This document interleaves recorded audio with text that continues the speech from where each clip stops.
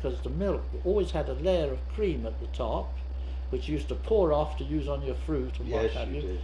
Marvellous, you know.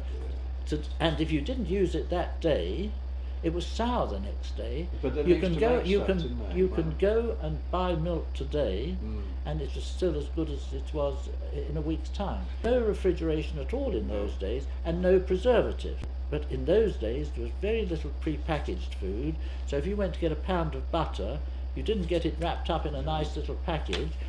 They used to have a great big round, Slab, yeah. not a slab, it used to be a tub of butter round, Right. always used to be round for some reason or other, and they'd weigh off, you know, but they had the big wooden butter pats, they'd cut it out, and they'd weigh you off your half pound or pound, whatever you wanted. How did Same they- with flour, sugar, every little sort of 2 or 3 streets, they'd have a row of 4 or 5 shops. There'd always be a butcher's shop, there'd be a fishmonger's shop, there'd be a grocer's shop, there'd be a hardware shop, and each sold the specific things for that little area. Yes, it- And in those days there were no cars, there was the odd car, 1 or 2 cars on a street, but the milkman used to come with a horse. They were all horse-drawn Oh, roads, right. and the milkman would come down the road, the horse would know where to stop by every house practically, Yeah. and of course there were no cars to block the way, No. and it was quite a different atmosphere and a different feeling. Yeah. The milkman delivered to every house every day and collected the empty milk bottles.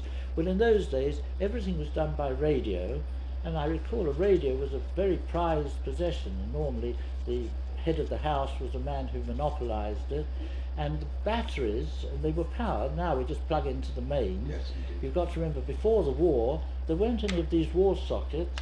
People used to plug things into the lights. Yes, They used to with have a those multi-adapters. with the multi-adapters. Yeah. But you see, I had a crystal set. Now, how many people even know what a crystal set was?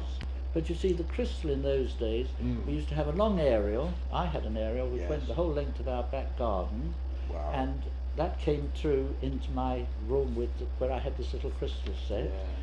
I had a wire going down into the earth. Yes. I didn't discover that you could just put it round any pipe. I put it to go Earth. down to earth, Right. and I used to move the little wire against the crystal. That's the way you tuned it, yeah. and if you were lucky you got a good position Yeah. and you heard the station. But there was no battery or power of any sort. no. People don't realise that. But What stations could you get? well, you only get Wow. the BBC. That was So really you- the only you- station you could get.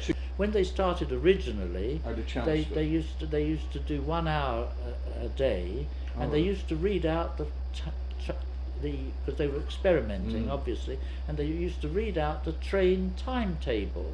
Love it. And then people objected to that.